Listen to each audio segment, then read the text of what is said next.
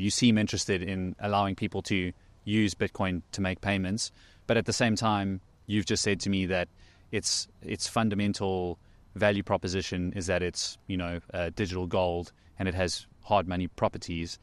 Can it be both? Yeah, I mean, I think that you need both, because effectively the fundamental value is the ability to save for the future, which means spending in the future, and it's still having a value, retaining value over the long term. And of course, Bitcoin is volatile because it's undergoing an adoption phase. Eventually it should get fully adopted to the point where everybody who wants an allocation has got the allocation they want, and then you get some kind of probably lower volatility, people are thinking. But at the same time, you really need the two forms of spendability as in ability to use your savings in the future, and also spendability in terms of Bitcoin's ability to be a very low barrier to entry global electronic money, because there are many people in the world. It's hard for us to lose track of it because we have reasonably good banking services, debit cards, credit cards, and like mobile banking apps on smartphones and things. But for much of the world, they don't have passports and identity papers to get a bank account. If they did have, they don't really trust the local banks in some kind of unstable countries for good reason. Like, they're not very trustable.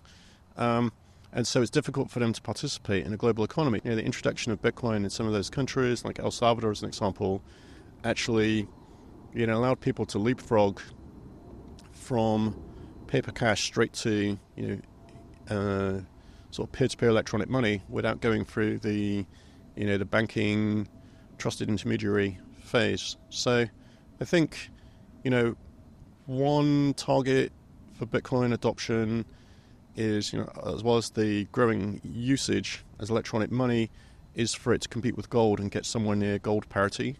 And I think that's getting pretty close. My theory, which is just a theory, we'll see if it plays out, is that if Bitcoin starts to get closer to gold, and that becomes a story on financial news networks, that you might see an acceleration in the outflows from the gold ETFs into the Bitcoin ETFs, so that it could pull down and meet Bitcoin, so the parity actually becomes lower.